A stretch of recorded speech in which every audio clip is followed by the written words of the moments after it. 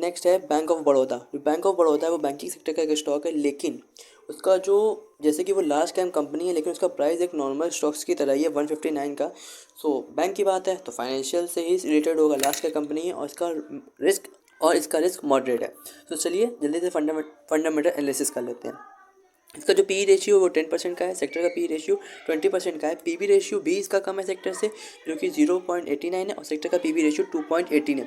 मैंने इससे पहले एस बी आई के ऊपर बना रखा है, जैसे उसमें मैंने बताया था उसका पी रेशियो 13% का है। इसमें उसका पी रेशियो भी कम है, इसका प्राइस भी कम है, और दोनों लार्ज का कंपनी है और बैंकिंग सेक्टर से रिलेट करती हैं। तो इसमें मैंने इसलिए एस बी आई को खाली 1 to 2% बोला था, ताकि आप दूसरे बैंक्स में ज़्यादा का इन्वेस्टमेंट कर सकें। अब अगर बात करी जाए इसके पीयर्स से, तो पीयर्स का मैंने आपको भी बता ही दिया। फाइनेंशियल ट्रेंड की बात करी जाए तो फाइनेंशियल ट्रेंड में रेवेन्यू को अगर आप इग्नोर करें तो इसके प्रॉफिट्स आप देख सकते हैं लगातार बढ़ रहे हैं, और वो भी बहुत तेज़ी से बढ़ रहे हैं। अगर नेट इनकम की बात की जाए तो नेट इनकम भी इसकी बढ़ती हुई देखने को मिल रही है। अब अगर हम इसके बैलेंस शीट में जाके एसेट्स और लाइबिलिटी देखेंगे तो इसकी एसेट्स भी बढ़ रही हैं और लाइबिलिटी भी बढ़ रही हैं। इसकी लाइबिलिटी बढ़ना थोड़ा सा चिंता वाली बात है, क्योंकि इसकी लाइबिलिटी ज़्यादा स्पीड से बढ़ रही है इन कंपैरिजन टू एसेट्स, लेकिन तब भी ये उतनी चिंता की बात नहीं है। कैश फ्लो की बात की जाए तो इसका कैश फ्लो प्लस था, माइनस हुआ, अब फिर से वो प्लस में आ गया है, जो कि एक पॉजिटिव साइन होगा इस वक्त के लिए।